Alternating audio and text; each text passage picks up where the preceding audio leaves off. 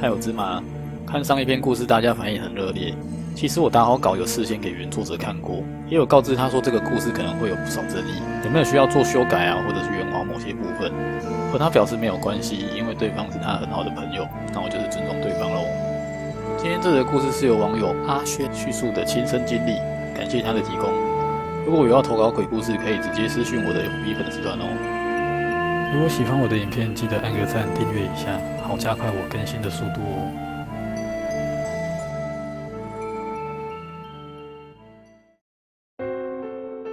那是发生在大约5年前，我还是一个大学生。那时候的我是住在宿舍的，身边也听过不少关于这所大学的校园传说。其中一个故事是说，不要去地下室的电器室借东西。但那时的我只觉得是迷信而已，并没有太在意。事情发生在那一天，老师要求我们打报告、交功课，做到一半时，电脑突然宕机了。老师虽然说可以用手写，但是我早上要上课，晚上要兼职，根本没有多余的时间用写的。接着我想到了地下室的电器室，好像有笔电可以借。到办公室跟老师说了情况，老师似乎面有难色。但当时我并没有多想，填了资料借了钥匙后，老师，你不跟我下去吗？你自己去拿就好了，拿完赶快出来，别久留，听到没？我拿着钥匙到电梯，按了最底下那层，因为那里没有窗户，显得格外的阴森。我走出电梯，朝电器室前进。我发现电器室的大门好像有被烧过的焦黑痕迹。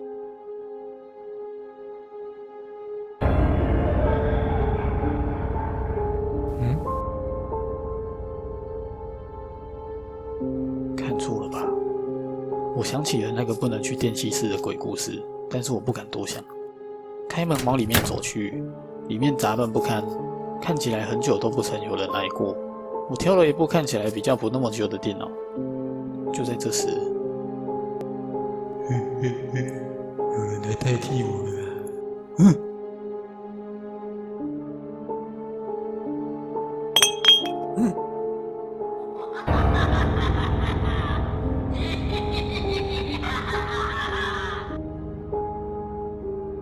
受到惊吓的我拿着电脑，连电梯都不敢搭，用跑100米的速度往楼上跑去。之后我开始发烧，好几天都烧到快40度，看了医生也没有好转，医生建议我住院观察。结果在办住院手续前，我妈赶来了医院。我妈的体质特殊，是个看得到的人。她一看到我，眉头一皱，只叫我赶紧穿好衣服。住院的事晚点再说。他拉着我叫了一辆计程车，来到了一座宫庙，里面有着许多信徒，看起来也是来问事的。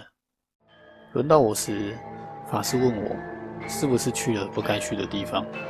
我把我去电器室的事跟他说，他告诉我，之前那里发生了大火，带走了一个男生，他想把我当替死鬼。